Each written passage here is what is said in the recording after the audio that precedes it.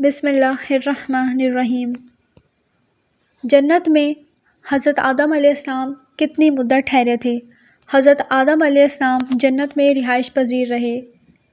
وہ جنت آسمان میں ہو یا زمین میں، اس کے متعلق پہلے بحث کر چکی ہوں۔ تو وہ اور ان کی بیوی وہاں ٹھہر کر بلا جھجک اور روک ٹھاک کھاتے پیتے، اور جب اس درخت سے وہ پھل کھا بیٹھے تو ان کا لباس بھی اتار لیا گیا اور وہ زمین کی طرف اتار دیے گئے۔ اسے اتارنے کے متعلق بھی اختلاف گزر چکا ہے۔ اب اس بارے میں اختلاف ہے کہ حضرت آدم علیہ السلام کتنی دیر تک جنت میں ٹھہرے رہے۔ بعض کا یہ کہنا ہے کہ دنیا کے دنوں میں سے ایک دن کچھ حصے ٹھہرے رہے۔ مسلم حضرت ابو ہریرہ سے یہ روایت بھی گزر چکی ہے کہ آدم علیہ السلام جمعے کے دن پیدا ہوئے اور اسی دن جمعے کے دن جنت سے نکالے گئے۔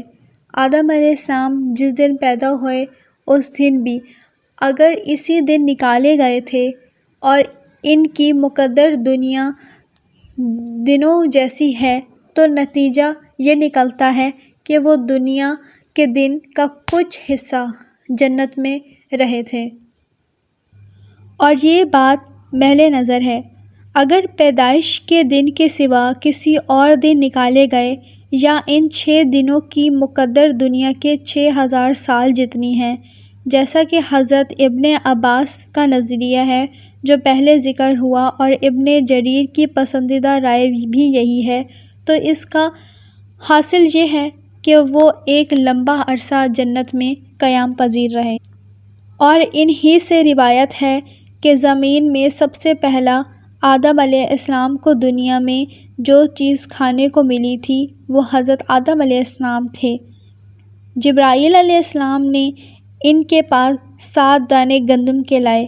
آدم علیہ السلام نے پوچھا، یہ کیا ہے جبریل؟ تو جبریل نے کہا، یہ اسی درخت سے ہیں جس کو کھانے سے آپ کو روکا گیا تھا۔ آدم علیہ السلام نے پوچھا، اب اس کو کیا کرنا ہے؟ جبرائیل علیہ السلام نے فرمایا کہ اس کو کاشت کرنا ہے۔ حضرت آدم علیہ السلام نے اس کو کاشت کیا تو ہر دانہ 1,00,000 کی مقدار سے زیادہ تھا۔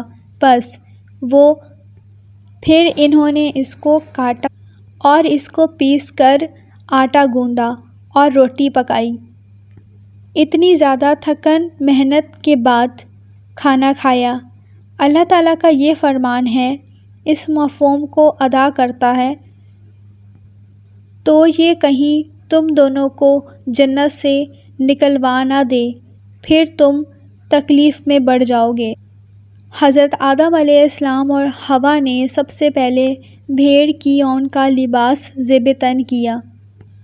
حضرت آدم علیہ السلام نے اپنے لیے ایک جبہ تیار کیا اور حضرت بی بی حوا کے لیے ایک قمیص اور اوڑھنی تیار کی۔